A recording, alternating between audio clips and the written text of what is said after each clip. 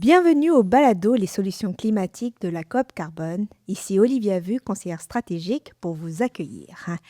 Historiquement, le programme d'accélération Mobis de la COP Carbone accompagne les startups en mobilité durable au Québec, notamment avec des projets d'innovation sociale. Depuis un an, Mobis est devenu un accélérateur de solutions climatiques de COP Carbone. Pour répondre à l'urgence d'agir face au changement climatique, Mobis propose un catalogue de solutions innovantes de décarbonation dans les secteurs de l'industrie, la mobilité durable, l'énergie et le bâtiment. Aujourd'hui, je reçois deux startups qui font une véritable différence avec leurs solutions numériques et climatiques, Snapcycle et Greenplay. Je suis en compagnie de Mohamed Na, CEO de Snapcycle, et Bertrand Gélina de Greenplay. Bonjour. Bonjour. Bonjour. Donc, on va commencer justement avec Greenplay et ses solutions technologiques parce qu'il y en a plusieurs. Il se taille une place petit à petit depuis quelques années dans le paysage québécois. Il y a d'abord eu cette première solution Greenplay qui est l'outil de calcul du défi entreprise sans auto solo, maintenant depuis un bon 4 ans. Là. Et c'est aussi devenu celui de la société de transport de Sherbrooke avec Shergo. Et le petit dernier, Allon, qui s'appelle Allon, c'est ça, tu l'appelles le Tinder du covoiturage, parce que ça se dit mieux. Pour nous en parler, Bertrand, donc tu es avec nous. Alors, ce nouveau produit de covoiturage Allon, ça a été lancé à l'automne dernier officiellement. Déjà, qui utilise cette solution-là? La solution, elle a été lancée initialement pour répondre à des besoins des entreprises parce qu'il y a plusieurs entreprises qui avaient des besoins pour que les gens covoiturent à l'intérieur de leur milieu de travail et n'avaient pas nécessairement de solution qui permettait de le faire de manière efficace.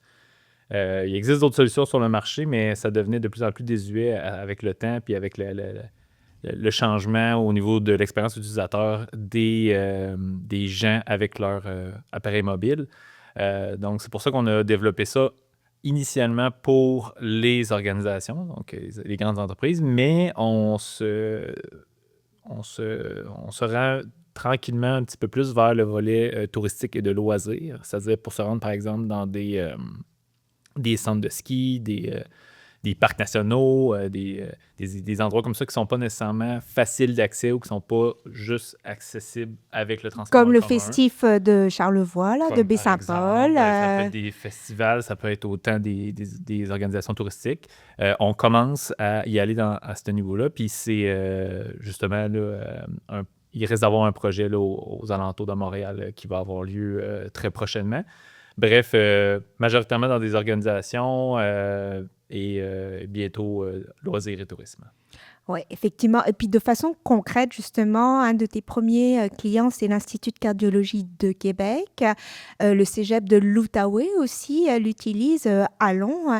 Et quels sont déjà les premiers résultats? Comment les usagers l'utilisent? Ben, dans le fond, ça fonctionne bien. Les gens ont... tu sais, nous, qui est très important quand on fait du covoiturage, c'est d'obtenir une masse critique d'utilisateurs pour s'assurer d'avoir des matchs Oui, entre les individus. bien sûr. Fait un des éléments critiques, puis ça, avec quoi aussi on travaille avec les organisations avec lesquelles on fait affaire, c'est de bien planifier les communications pour s'assurer de rejoindre le plus de personnes possible. Répéter, répéter, répéter, répéter. Répéter, mais il y a répéter, mais il y a aussi atteindre au bon moment, au bon endroit, les personnes qui ont un besoin de covoiturage.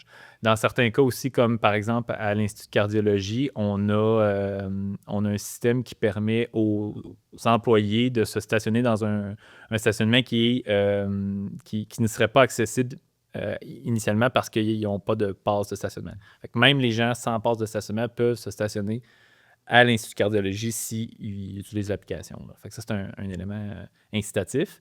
Fait que ça va bien. Les gens l'utilisent de toutes sortes de façons. Nous, on améliore nos éléments aussi. On a des projets aussi pour ces organisations-là pour faire des modifications aussi avec l'évolution de la situation. Là. Fait que, Quel type de modification, par exemple? par exemple, il y a des modifications qui nous permettraient de, par exemple, ajouter une validation en temps réel des utilisateurs une fois rendus sur place. Il y a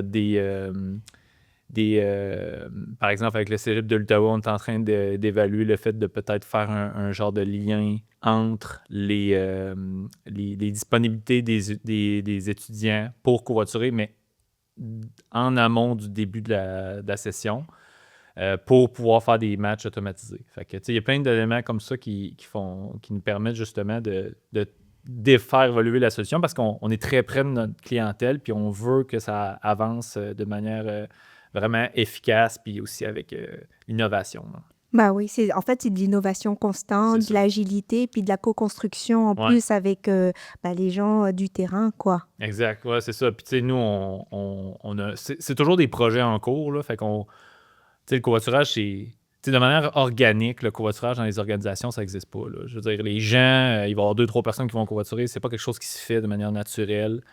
Il faut pousser dans le derrière des gens pour qu'ils fassent du covoiturage parce que sinon, ça se fera pas, puis...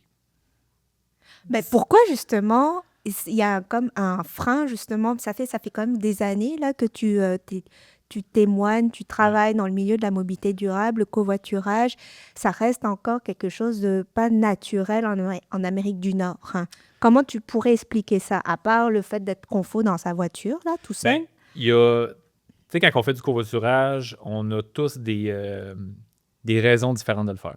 Il y en a qui vont le faire pour l'argent, pour séparer les coûts en lien avec leur déplacement, pour l'essence, mettons.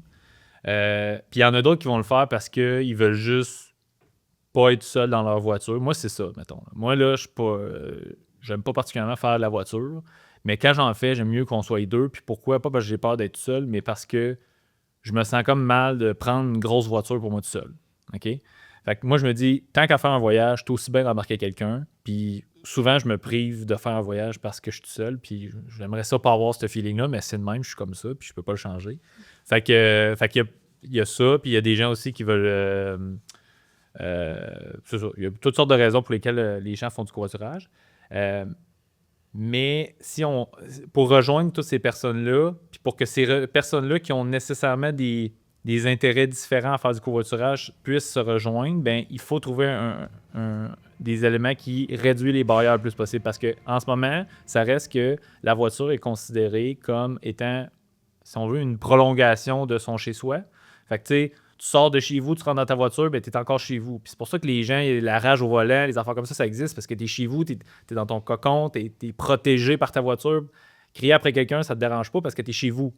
Ouais, incroyable. Okay? Hein? Fait que ça. Mais ça, c'est un élément qui est important à considérer quand on veut inciter les gens à covoiturer, parce que tu vas faire rentrer quelqu'un chez toi en l'amenant à faire du covoiturage avec toi. Fait que ça, c'est important à considérer. Fait que c'est une barrière qui est dur à surmonter pour bien des gens, d'amener quelqu'un chez vous. Tu sais, les gens vont avoir plus tendance à dire, mettons pour Tinder, « Hey, je vais aller dans un café pour rencontrer un gars, une fille. » Puis c'est correct, c'est pas chez nous. Fait que dans le public, c'est correct. Mais là, c'est pour ça que quand on fait justement du covoiturage, là, tu amènes quelqu'un chez vous. Fait que avant que tu amènes le Tinder, la personne que tu dates chez vous, il va s'en être passé 2-3 dates, j'espère. Non, mais ça dépend du monde, mais on s'entend, là. Fait que tout ça pour dire qu'il y a plein d'éléments comme ça. Puis ça, c'est un élément principal. Puis bon, quand on fait, par exemple, du covoiturage pour des courtes distances, que nous, on se spécialise, on va dire, ben les frais reliés à un déplacement de covoiturage pour un conducteur et un passager sont beaucoup plus petits que, par exemple, on fait Québec-Montréal. Fait Québec-Montréal, maintenant, on peut avoir ça, tu sais, mettons qu'on... $30. C'est ça, environ $30. Fait que, tu sais, $30, je dis, OK, mais $30, moi, c'est bien. Là, tu sais, je veux dire, avec un $30, une ou deux personnes pour aller, une ou deux personnes pour revenir, je me fais 60, 30, même 90. OK, tu sais, c'est bien, là, je veux dire, c'est considérable. Mais après ça, je dis, ben moi, je fais 5 km ou mettons 10 km à l'intérieur de la ville de Québec pour me rendre. Tu fais le même calcul avec le même nombre de kilomètres, c'est 1 piastre, 2 piastres. Fait que là, hey, pour 2 piastres, je vais t'amener quelqu'un chez nous. Chez nous, c'est ça. Ouais. Ben là, non, je le ferai pas. Fait que c'est ça. Fait que là, il y a ce volet-là qu'il faut travailler. Il y a un dessus. mindset, en fait. C'est ça. Il y a un mindset à changer. De vouloir vivre ensemble, en fait, aussi.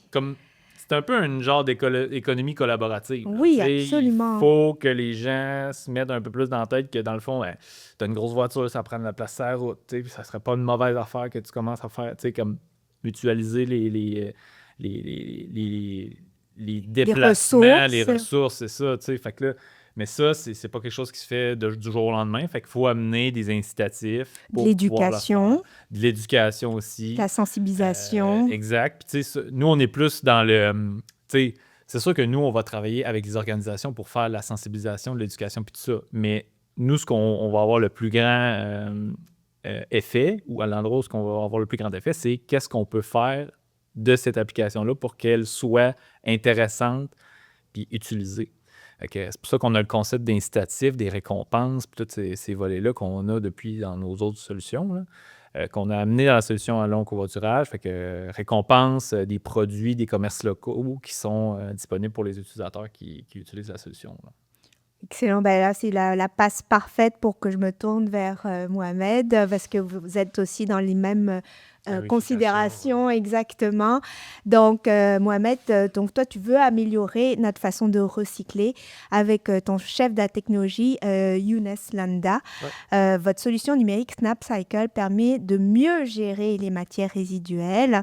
Donc, pour qu'il y ait une solution, il a fallu régler un problème. Et j'imagine c'est le problème de l'enfouissement. Peux-tu m'en parler? Ouais. Nous en parler? Ouais, c'est ça. Merci d'abord, Olivia, pour l'invitation. Fait que c'est ça. En fait, nous, SnapCycle, on développe une solution technologique qui permet à partir d'une photo de recycler. Fait comme tu le sais, aujourd'hui, le recyclage, quand on parle de recyclage, on parle d'enfouissement. Actuellement, à Québec, on a près de 5,8 millions de tonnes à chaque année qu'on en fait, ce qui fait beaucoup d'argent que les municipalités y perdent. Ça correspond à combien d'argent, Je justement? te dirais, en moyenne, les municipalités, ça leur coûte 150 $ à enfouir une tonne de matière. Fait que si on fait le calcul, ça avoisine peut-être les 800 millions de dollars à chaque année. Fait que c'est ça, ce qui est quand même considérable, puis de grosses pertes financières pour les municipalités. Fait que nous, SnapCycle, ce qu'on a décidé de faire, c'est d'apporter une solution qui va pouvoir sensibiliser, inciter les gens à partir de chez eux, de pouvoir bien trier les matières afin que ça se rende au centre de tri de la bonne façon. Fait que c'est exactement ça, ce qui va permettre aux municipalités de pouvoir réduire leur enfouissement, en amont aussi réduire les coûts d'enfouissement pour pouvoir économiser de l'argent, parce que ça leur coûte de l'argent. Fait que c'est un peu ça qu'on fait avec SnapCycle. Mhm. Et justement, comment tout ça a commencé, cette aventure entrepreneuriale? Parce que je pense que pour le moment, vous êtes la seule solution numérique qui propose ça avec Ouais. de l'intelligence artificielle. Ouais, c'est ça exactement. Nous, on a décidé d'apporter une solution disruptive. Donc, en gros, la solution, c'est qu'actuellement, tous nos concurrents, ils sont avec des barres de recherche. Donc, SnapCycle vient avec une solution qui permet à partir d'une photo de savoir qu'est-ce qui se recycle. Donc, aujourd'hui, avec l'avènement de l'intelligence artificielle, on avait commencé quand même, au préalable de développer la solution, mais avec la venue de GPT puis d'autres choses, ça permet de pouvoir accélérer un peu le travail qu'on est en train de faire. Fait que c'est un peu comme ça que ça se passe. Mais de la manière dont ça a commencé, c'est que, tu sais, moi, quand je venais au Québec, ça fait en 2018 que je suis venu pour mes études. Fait que j'avais beaucoup de difficultés à recycler parce que chez moi, on ne recyclait pas avant. Au Sénégal. C'est ça, au Sénégal, on ne recyclait pas. On ne recycle pas, du moins, on recycle de manière informelle, mais il n'y a pas un système de tri, de recyclage avec des bacs dans la maison. Fait que donc, quand je suis venu, moi, je suis une personne très technologique, donc c'est là que l'idée de SnapCycle est venue. Mais pourquoi pas prendre une photo, ce serait plus simple. Parce qu'on sait que les municipalités ont beaucoup de difficultés à informer les citoyens. Des fois, en fonction des zones, ça change beaucoup les matières qui se recyclent ou pas. Souvent, c'est un peu des pamphlets qu'ils envoient. Le papier peut se perdre. Il y a des modifications. Est-ce que le papier est toujours à jour? Donc, aujourd'hui, SnapCycle, ce qui permet, c'est que directement, à chaque modification, ça va être en temps réel. Puis, tu auras juste à prendre une photo. Tu sais, aujourd'hui, des fois, il y a du monde qui, mettons, ils vont consommer une canette. Mais est-ce qu'ils vont écrire canette? Peut-être qu'ils vont écrire Coke. Peut-être qu'ils vont écrire 7-Up. Tu sais, mais dans la base de données de barre de recherche, c'est pas ça qui est marqué. C'est un contenant en aluminium qui est marqué. Fait que la photo vient apporter une action intuitive puis très facile à faire pour tout le monde. Puis tout le monde prend des photos, là, Facebook, Instagram. Tu sais, donc ça vient devenir un réflexe quotidien que les gens font. Puis pourquoi pas l'utiliser pour l'environnement. Donc c'est ça. Mhm. Et justement, là, comme Bertrand, tu te fais accompagner par Mobis. Comment, justement, Mobis t'a aidé aussi? Parce que ça fait quoi, 1 an, là, que vous êtes lancé, là? Ouais. Est-ce que ça fait une différence dans votre parcours entrepreneurial? Ouais, ça, puis ça me donne l'occasion de raconter l'anecdote dans laquelle on s'est connus, là, tu sais, quand on joue au tennis, etc. Donc, je trouve que des fois, on fait des rencontres qui sont vraiment anodines, mais je pense que ça ouvre des opportunités. Fait que c'est un super bel accompagnement avec Mobis. Ce qui est très intéressant, c'est le maillage qu'on a eu à faire avec différents instituts pour pouvoir, mettons, organiser des phases bleus avec certaines villes. Puis d'ailleurs, en ce moment, on a dû avancer avec beaucoup de villes, d'ailleurs. Fait que je pense que ça va sortir peut-être bientôt un gros organisme qui va nous permettre de pouvoir lancer nos premiers produits. Fait que ça pourrait être intéressant. Fait qu'avec Mopis, c'est un peu cette approche-là qu'on trouve super intéressant, puis aussi leur expertise en évaluation de l'empreinte carbone, parce que c'est très intéressant aussi aujourd'hui que les gens voient l'impact qu'ils ont à chaque photo qu'ils prennent. Donc moi, l'objet que je mets dans le bac de recyclage, qu'est-ce que j'ai pu empêcher? C'est une question que les gens se posent. Il y en a peut-être qui ne se le posent pas, mais nous, Snapcycle, on trouve que à chaque geste que la personne pose, ça compte. Fait qu'il faut qu'ils prennent en compte que ce geste-là, tu sais, continue de l'accomplir, c'est des efforts que tu fais, puis à la fin de l'année, tu sais, ça va avoir un impact considérable, puis un impact effectif sur l'environnement. Mhm. Ben là, c'est au niveau micro, mais Exact. justement, la confirmation de ce partenariat majeur, on ne peut pas encore tout annoncer ça, puis on va aussi annoncer un autre projet ensemble. Pour l'événement, mais on va parler tantôt. Donc, cette confirmation-là est sur le point d'être signée. Ouais. Qu'est-ce qu'elle va permettre? Oh, beaucoup de choses. Écoute, c'est un ouf de soulagement parce que, comme tu sais, on vient de lancer notre première version bêta de l'application. D'ailleurs, j'invite les gens à le télécharger, qui permet à partir d'une photo de savoir, en fait, quels sont les objets qui vont à l'éco-centre. Fait qu'on a aussi un système de gamification. Bernard aussi, je pense que c'est la même chose. Tu sais, la gamification, c'est quelque chose qui est important, qui incite les gens. Puis je trouve que c'est un concept intéressant, surtout dans le cadre de l'environnement. C'est parce que je pense que c'est dans ces genres de perspectives-là qu'on doit plus pousser les gens. Tu sais, il y a des gamifications qui incitent les gens à la consommation. Nous, on incite les gens à moins consommer, puis c'est à partager, comme il parlait d'économie solidaire, là. Fait que c'est un peu ça qu'on veut intégrer dans ces genres de systèmes-là. Fait que ce partenariat, ça va être un gros partenariat. Tu sais, on va avoir beaucoup de villes qui vont pouvoir utiliser l'application. L'application va être démocratisée. C'est dans chaque foyer des Québécois. Tu sais, ils pourront utiliser l'application, ça va être plus facile. L'uniformisation de la collecte sélective aussi embarque pour pouvoir faciliter cela. Fait que les gens vont pouvoir avoir des calendriers de collecte, des notifications, tu sais, à chaque zone où la personne se trouve et pouvoir savoir qu'est-ce qui se recycle ou pas. Tu sais, où est-ce que je peux réparer, où est-ce que je peux donner mes vêtements, etc. Donc, c'est quelque chose de gros qui s'en vient. Puis avec l'implication aussi, comme il disait tantôt, des commerces locaux, tu sais, on a aussi des gros partenaires qu'on a déjà signés. Je vais pas dire les noms, mais c'est quand même des commerces québécois qui ont quand même un gros impact sur la vie des Québécois, là, sur le plan éco-responsable. Fait qu'ils pourront donner des contreparties aussi en fonction de chaque photo. En gros, ce qui va se passer, c'est qu'on va rendre le Québec plus vert une photo à la fois. Donc, c'est ça. Bon slogan, bon slogan. Et c'est pour quand exactement l'annonce? Normalement, on devrait le faire d'ici la fin du mois d'avril. On devrait avoir quelque chose d'annoncé. Fait que, Plus concret. Donc, tenez informé sur les réseaux. restez à l'affût. Ouais, exact. Et Bertrand, justement, nous aussi, on essaye de mettre un projet pilote ensemble avec le milieu du livre. Comment toi, tu vois justement l'impact d'un projet pilote pour l'amélioration d'une solution, la co-création tu dis que tu travailles sur le terrain pour toujours améliorer la solution. Comment tu vois ça, en fait? Tu fais référence à l'événementiel, là? Oui, absolument. OK. C'est le nouveau bébé en gestation, on va dire ça comme ça. Exact. En fait, là, cette solution-là réside carrément dans le fait que, encore là, en discutant avec les partenaires avec lesquels on a fait affaire, en discutant avec les gens comme, par exemple, ceux avec qui on a réussi à parler, toi et moi, là, Olivia, et d'autres avec d'autres partenaires avec qui on s'est rendu compte, aussi parce que moi, je participe à beaucoup d'événements en lien avec toutes sortes de choses, là. Et on me présente des fois, pas tout le temps, des solutions de covoiturage qui permettent de me rendre à destination. Et à chaque fois, je me dis tout le temps la même affaire. Je me dis, je vais-tu me créer un compte, puis mettre ma demande, puis tout. Puis tu sais, des fois, je le fais, là. Mais à chaque fois, je me dis, boy, vas-tu vraiment comme prendre le temps de, tu sais, puis je me dis, si moi, je me pose cette question-là, qui, je veux dire, je suis pas à convaincre, là. La moyenne des ours Ils le feront aussi. pas. Ouais, voilà, c'est Ils le ça. feront pas. Ouais. Fait que, puis c'est ça qui se passe. C'est Parce vraiment le que premier pas, là. C'est ça, parce qu'en ce moment, si tu utilises des solutions pour faire du covoiturage, il n'y a personne ou presque là, qui participe à ces affaires-là, puis pour se rendre à un événement. Puis après ça, tu sais, c'est dur de justifier une dépense qui est reliée à ça parce que tu n'as comme pas vraiment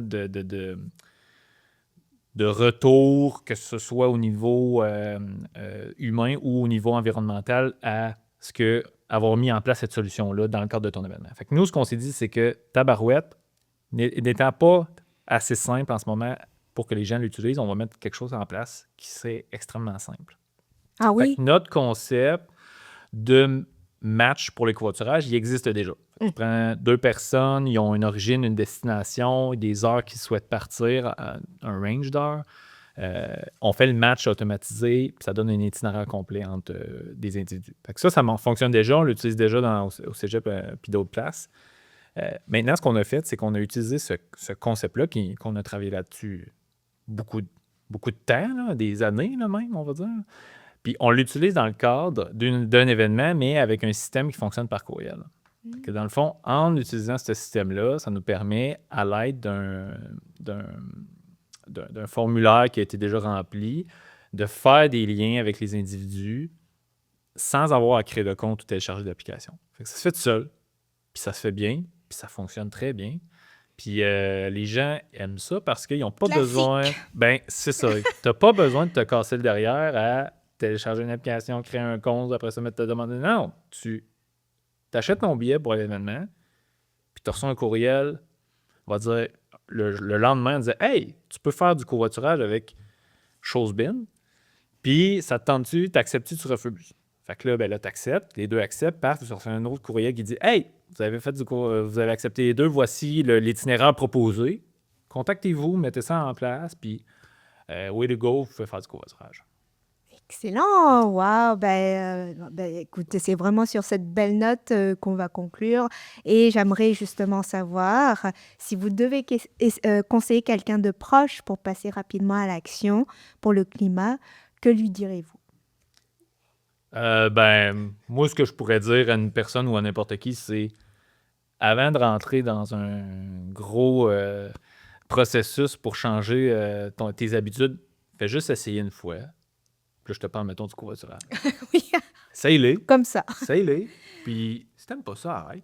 Ça se peut que t'aimes ça. Ouais, c'est comme les enfants, goûtent C'est avant ça. de juger. C'est ça. Ouais. T'aimes pas la couleur, ça veut pas dire que c'est pas bon. Fait que essaye-les. Puis après ça, peut-être que tu vas aimer ça. Très Ouais, bien. puis c'est dans la même lancée que je vais dire, là. Pour moi, c'est les petites actions qui comptent.